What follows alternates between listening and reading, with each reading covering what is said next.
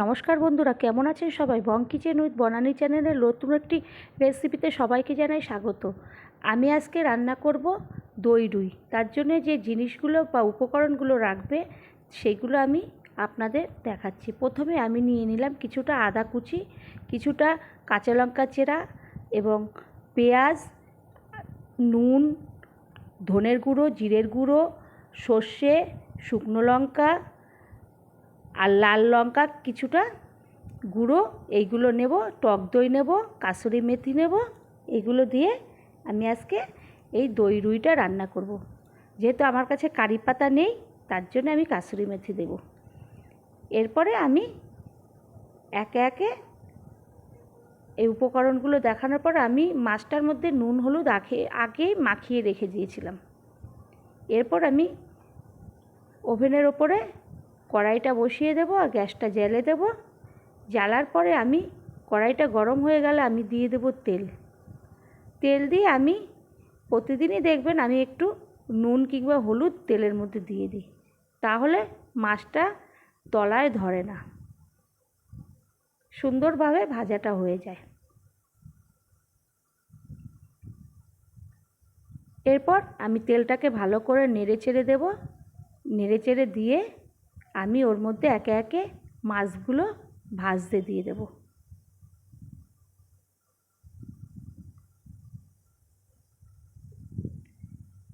আমি একে একে মাছগুলোকে দিয়ে দিলাম, কারণ আগের থেকে আমার নুন হলুদ মাখানো ছিল। আমি সবকটা মাছকে একবারে দিয়ে দিলাম। এরপর আমি উল্টে পাল্টে মাছগুলোকে এপিট ওপিট করে দেব।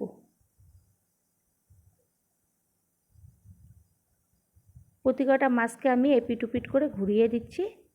দিয়ে আমি ভাজাগুলোকে মাছগুলো ভেজে ভালো করে তুলব।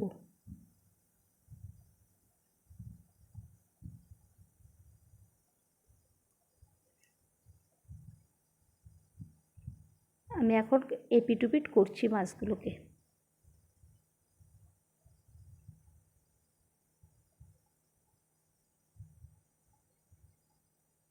এরপর আমি একে একে সবকটা মাছ একটা প্লেটের মধ্যে তুলে নেব।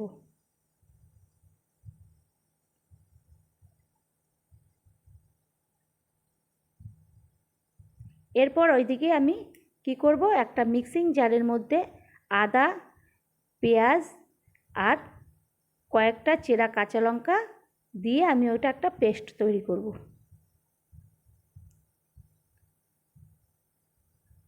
এবার আমি ওইটা মিক্সিতে দিয়ে আমি একটা পেস্ট করব।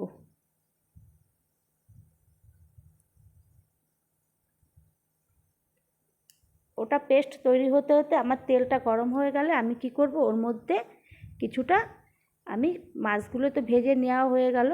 এরপরে আমি ওই তেলের মধ্যে দিয়ে দেব সর্ষে। যেহেতু দই দিয়ে রান্না করব, তার জন্য এটা সর্ষে ফোড়ন দিচ্ছি। আর দিয়ে দেব গোটা শুকনো লঙ্কা। সর্ষে দেওয়ার পরে আমি ওর মধ্যে দিয়ে দিলাম লবণ। একে একে আমি সব মশলাগুলো দিয়ে দেব। এরপরে দিয়ে দিলাম ধনের গুঁড়ো, এরপরে জিরার গুঁড়ো, এরপরে লাল শুকনো লঙ্কার গুঁড়ো দিয়ে দিলাম। আর দিয়ে দিলাম যে গোটা শুকনো লঙ্কাগুলো ছিল ওগুলোকে দিয়ে আমি একে একে এরপরে লঙ্কা চেরাটা দিয়ে দিলাম। এরপরে দিয়ে দেব চিনি।